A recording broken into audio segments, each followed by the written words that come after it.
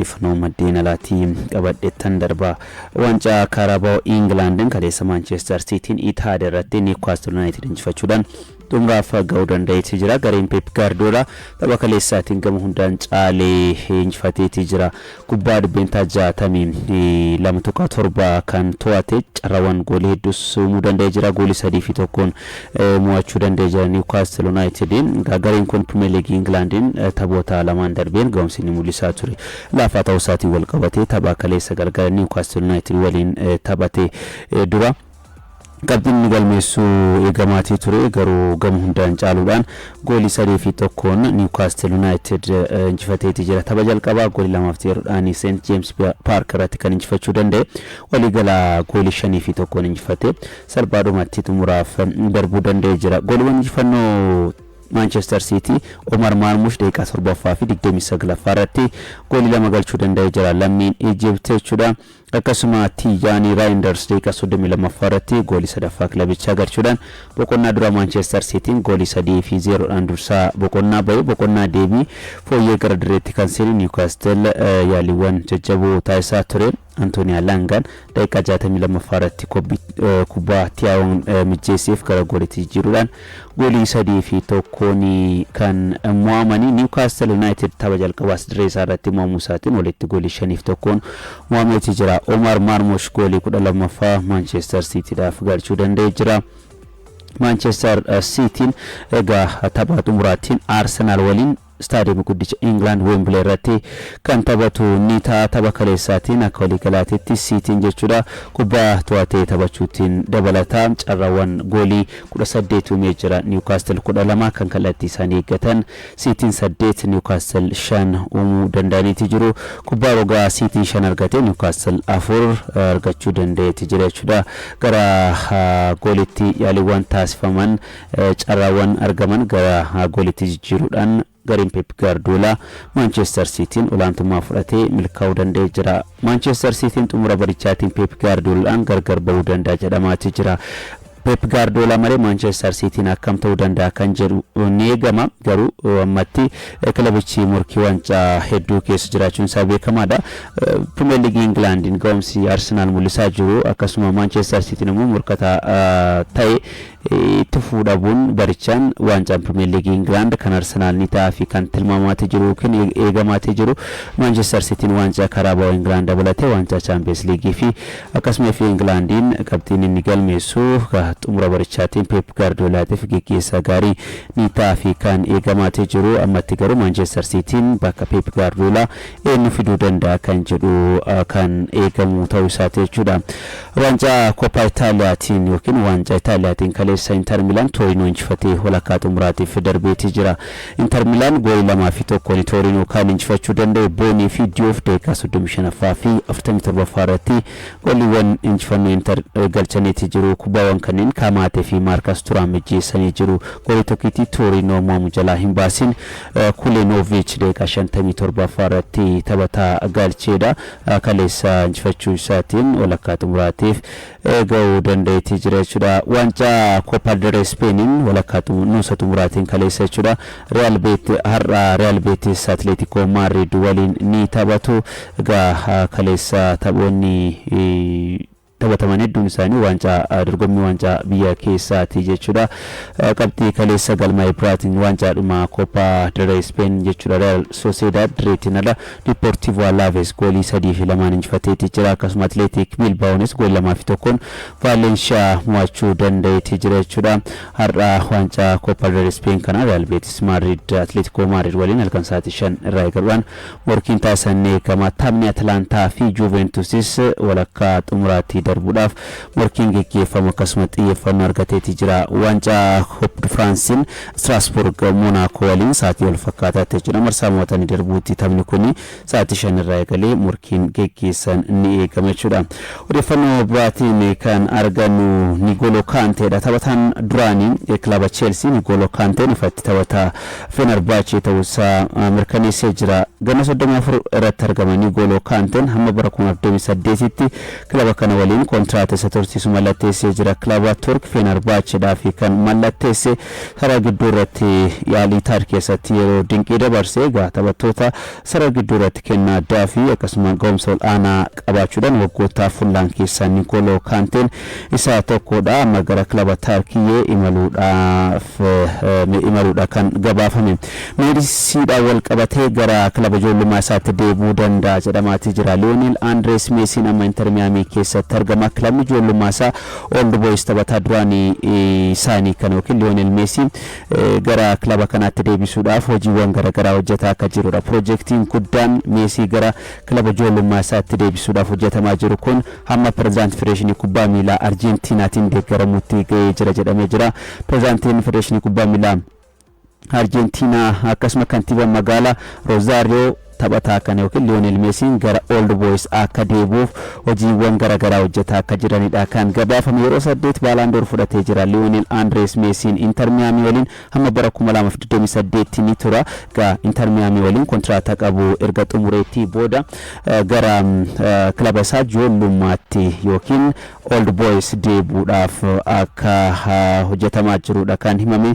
Taphataan kun bara 1995 hamma bara 2000tti kilaba New Old Boys yookiin Old Boys jedhamuuf taphataa turuunsaa ni yaadatama. Sana booda kilaboota akka Barcelona keessa akkasuma Paris Saint-Germain fi amma Inter Miami keessatti argama jechuudha. Kubbaa miilaa keessatti taphattoota milkii olaanaa argatan keessaa Lionel Andres Messi isa tokko ta'uunsaa beekamaadha.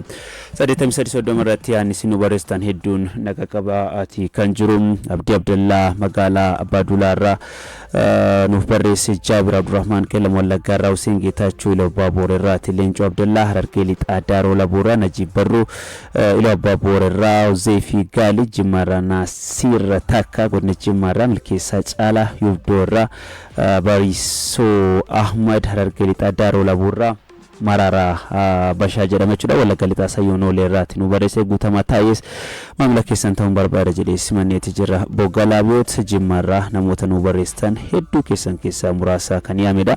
Pirimeer Liigii Itiyoophiyaan dursa torbeen 19ffaan taphoonni xumuraa marsaa jalqabaa Pirimeer Liigii Itiyoophiyaa kaleessa itti fuudhan morkii 4 keessummeessee jira. Kaleessa taphoota taphataman keessa taphoonni eegaman keessattuu taphni Adaamaa fi Hawaasaa isa tokkodha kan ture. Adaamaan mo'ameeti jira. Kilabiin bulchiinsa magaalaa Adaamaa tapha kaleessaatiin caalmaa fudhatee akkasuma carraawwan goolii hedduumus injifachuu hin dandeenye carraawwan argate gara gooliitti geeddaruu hin dandeenye kilabiin bulchiinsa magaalaa Adaamaa barichaanis tapha lammaffaa sadaffaa isaati kan mo'ame kilabichi jechuudha.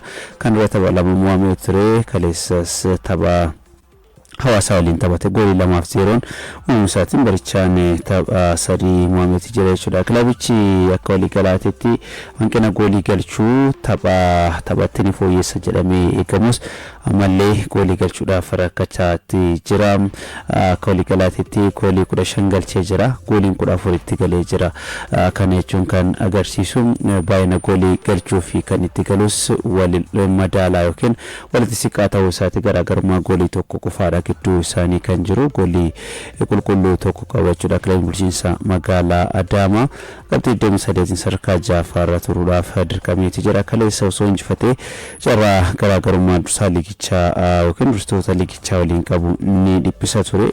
Ta'us garuu carichi fayyadamuu hin dandeenye. Hawaasaan garuu daqiiqaa 7ffaarratti Shamallis Baqqalaa fi akkasuma Tabaarak Ifaamoo daqiiqaa 14ffaarratti gooliiwwan galchaniin qabxii 3 goolii qulqulluu 2 argateen dursaa liigichaa Buna Sidaamaa waliin qabxiidhaan wal qixxaatee qabxii 35 garaagarummaa gooliitiin goolii qulqulluu 12 qaba. Hawaasaan Bunni Sidaamaa 14 qabaachuudhaan sadarkaa 1ffaa fi 2ffaa irra taa'uu danda'anii jiru. Gareen kun Tamasgeen Daanaatiin kan leenjuu adeemsa keessa fooyya'insa gaarii mul'isaa jira. Taphoota 6 darbii walitti aansee hin mo'amne akkasuma barichaan injifannoo kurnaffaadha kan galmeessuu danda'e. Ammatti qabxiidhaan Buna Sidaamaa waliin wal qixxaatee marsaa jalqabaa xumureetii jira. Taphattoota muuxannoo qabanii fi dargaggoota qindeessuudhaan leensaa Tamasgeen Daanaa morkataa jabaa ta'uu kan danda'an. Egaa amma kilaboota morkii waancaa keessa jiran ifatti mul'isee jira kilabiin kun jechuudha. Taphni biraa kaleessa taphatame kan Hadiyaa Hosaanaa fi Machaali. Taphni kun goolii tokko taane kan Machaali. Taphni kun goolii tokko taane kan xumurame Sharannat Gugsaa daqiiqaa 21 irratti goolii galcheen Machaal dursa qabatee ture. Ta'us garuu daqiiqaa 9 21 irratti goolii galcheen Machaal dursa qabatee ture. Ta'us garuu daqiiqaa 9 booda daqiiqaa 11 ta'us garuu daqiiqaa 9 booda daqiiqaa 11 booda Dastaa Waamishoo Hadiyaa Hosaanaa daqiiqaa 32 irratti jechuudha goolii qixxeessituu galchuudhaan kilaboonni kunniin goolii tokko qixa xumuranii qabxii qooddatanii jiru jechuudha. Egaa tapha kaleessaa kanaan Machaal carraawwan hedduu uumee taphatee jira. Ta'us garuu carraawwan kanneen gara gooliitti jijjiiruu hin dandeenye. Gabaabachaan kilaboota jalqabbii liigichaatiin ni injifatu jedhamee yookiin Pirimeer Liigii Itoophiyaa shaampiyoonii ni ta'u jedhamee gabaabachaan kilaboota jalqabbii liigichaatiin ni injifatu jedhamee yookiin Pirimeer Liigii Itoophiyaa shaampiyoonii ni ta'u jedhamee eegamaa ture keessa kilabni kun Macaalisa tokko leenjisaa Mulugeetaa Miratiin kan durfamu. Leenjisaan kun osoo gara Machaaliin dhufeen Hawaasaa keessatti gaarii dabarsuu isaatiin gara kanaatti dhufuun isaa ni yaadatama. Kaleessuma taphni dursaa liigichaa Buna Sidaamaa fi Itiyoo Elektiriik goolii maleedha kan xumurame.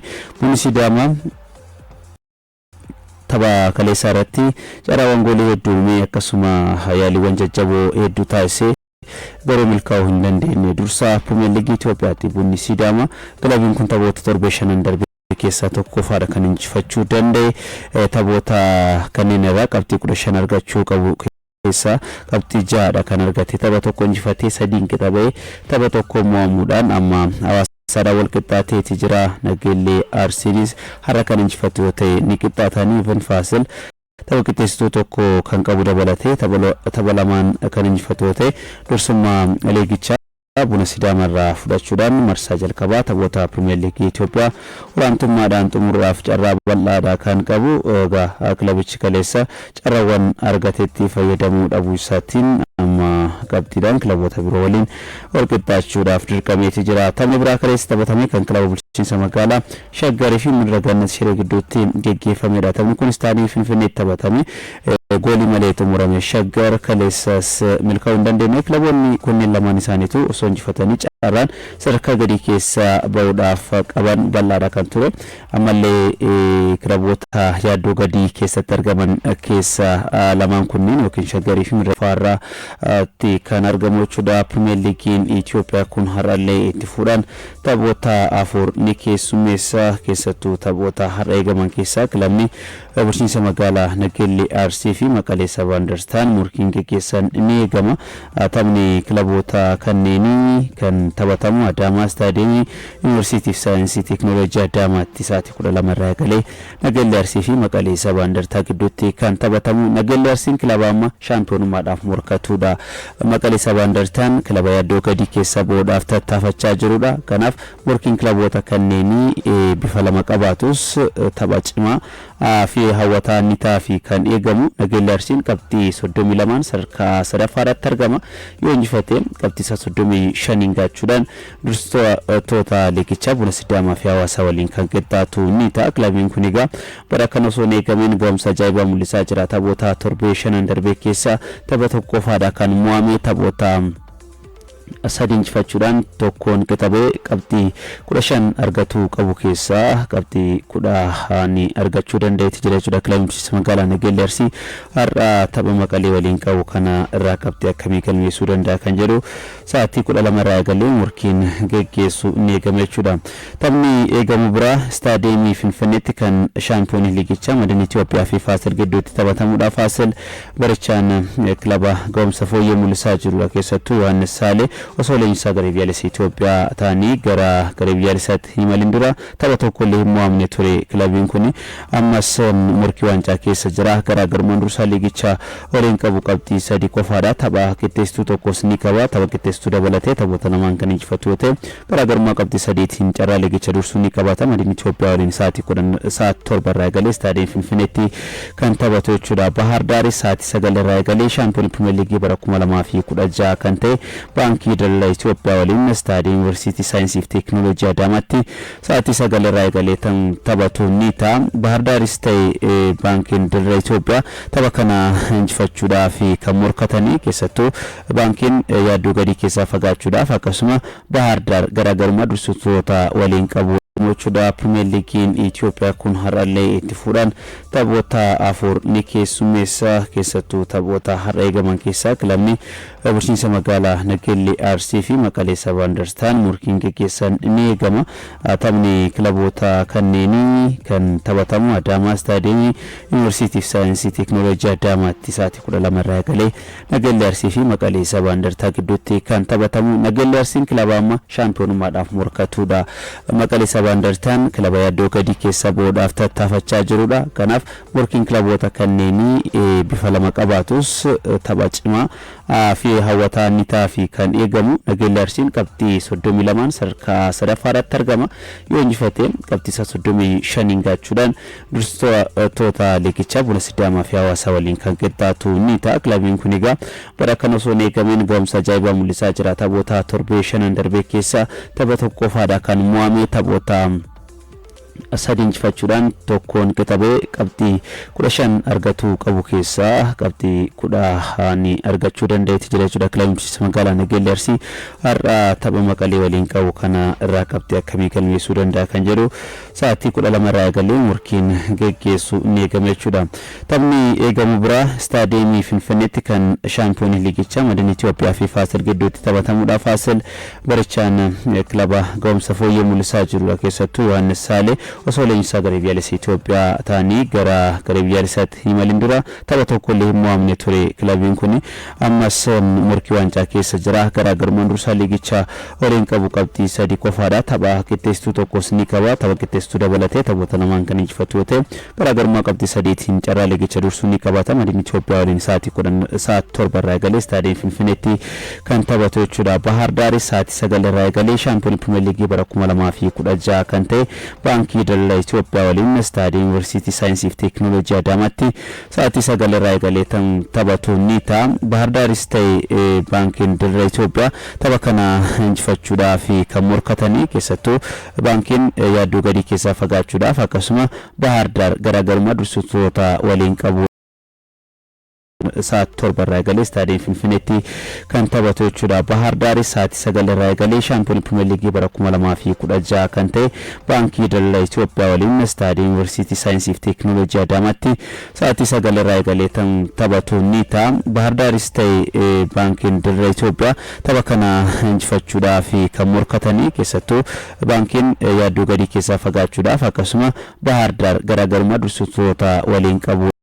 Daaris sa'aatii 9 irraa eegalee shaampiyoonii Pirimeer Liigii bara 2016 kan ta'e baankii daldala Itoophiyaa waliin istaadiyeemii Yuunivarsiitii Saayinsii fi Teekinooloojii Adaamaatti sa'aatii 9 irraa eegalee taphatu ni ta'a. Bahar Daaris ta'e baankiin daldala Itoophiyaa tapha kana injifachuudhaaf kan morkatanii keessattuu baankiin yaaddoo gadii keessaa fagaachuudhaaf akkasuma Bahar Daar garaagarummaa dursitoota waliin qabu dhiphisuudhaaf kan taphatu. Ammaaf qabxii 23 qaba. Garuu taphatti qabxiin argattu marsa lammaffaafis galtee siitaa yookiin ni taaf waan ta'eef tapha har'aa kana injifachuudhaaf gara dirree ni seenaa fi kan eegamu. Sa'aatii 10 irraa eegalee Qiddus Goorgis Yuunivarsiitii Walwaloo Addiigiraat waliin ni taphata. Taphni kunis tapha eegamudha. Qiddus Goorgis ta'e Yuunivarsiitii Walwaloo Addiigiraat barichaan kilaboota ga'umsa laafaa mul'isaa jiranidha. Qiddus Goorgis qabxii 23 sadarkaa 8ffaa irratti argama. Yuunivarsiitii Walwaloo Addiigiraat qabxii 16 sadarkaa gadii 19ffaa irratti argama. Edaa goolii 9 qaba. Kilabiin kun gooliiwwan 21 keessummeessee jira. Goolii 12 qofaadha kan galchuu danda'e. Barichaanis tapha 3 qofaadha kan injifate. Tapha 7 qixabuudhaan taphoota 8 mo'ameeti jira.